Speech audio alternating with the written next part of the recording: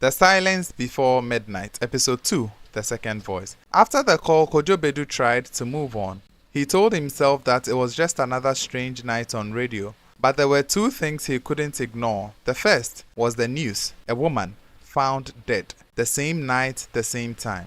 The second was what his producer told him, that the call never came through the system. No log, no recordings, nothing. Now think about that for a second. A call that was heard live on radio, but somehow never existed. Kojo didn't like that, not one bit. So the next day, he did what anyone trying to hold on to logic would do. He started asking questions. He checked the call system himself, nothing. He went through recordings, everything was there, except that call. It was like a piece of the night had been removed. Clean, precise, deliberate. And that is when it stopped feeling like a coincidence, because coincidence doesn't erase themselves. That evening, Kojo went back on air, same time, same voice, same calm presence his listeners trusted. But inside, something had shifted. He was listening more carefully now, not just to what people said, but to what didn't add up. The show went on like normal, music, conversations, a few light-hearted callers. Nothing unusual. And for a moment, it almost felt like the night before had been a dream, until the clock crept closer, 11:56 p.m. Then 11:57, and just like that, the line blinked. Now, here's the thing. Kojo didn't react immediately because part of him was hoping it wouldn't be the same, that this time it would just be a regular call. Something simple, something normal. But deep down he already knew. He picked up, calm, controlled, the way he always did. But this time, he didn't introduce the show. He didn't ask for a name.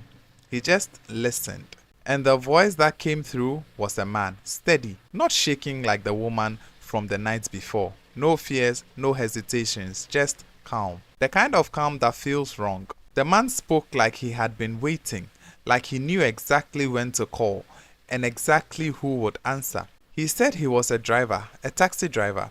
He said one night he picked up a passenger, nothing unusual, just another fare, or at least that's what he thought. The man gave him a destination, but here's where it gets strange, because the driver said the passenger never reached the destination. Not because of traffic, not because he changed his mind, but because somewhere along the way something happened, something he didn't report, something he chose to ignore. Now, does that sound familiar? Another moment, another choice, another silence. The driver said the passenger became quiet, and when he finally looked back, the man wasn't responding. He said he should have stopped, should have called for help, but instead he kept driving. Told himself maybe the man was just tired, maybe he would wake up, maybe it wasn't his problem. So he drove. He drove past the destination, past reasons, past responsibilities, until it was too late, and just like the woman, he did nothing.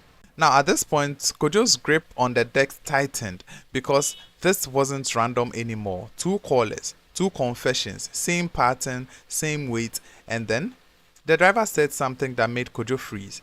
He mentioned a location, a junction, and for a brief second, Kojo felt something shift in his memory, like a door trying to open, but not fully, just enough to make him uncomfortable, because it sounded familiar, too familiar.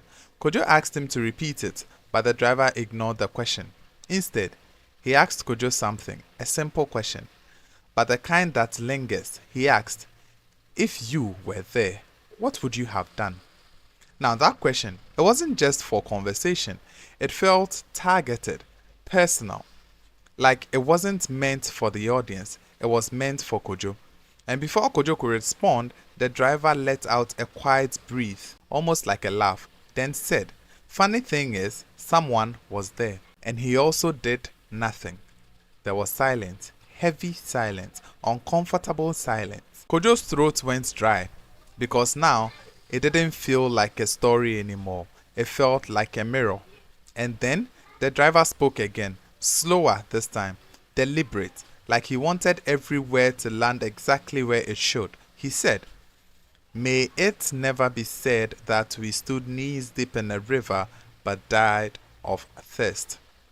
And just like that, the line went dead. No warnings, no goodbye, just gone. Now here's where things stop being subtle. Because this time, Kojo didn't wait for the news. He didn't wait for confirmation. He already knew what was coming. And somehow, deep inside, a thought began to form. Small at first, but dangerous. What if these aren't just confessions? What if these calls were building something, piece by piece, night by night, leading somewhere, or worse, leading to someone? And for the first time since this started, Kojo asked himself a question he didn't like. Not as a host, not as a listener, but as a man. What if this has something to do with me? And that, my dear listeners, is our time. I'll catch you again tomorrow on the next episode. Remember to follow this page for interesting stories such as this.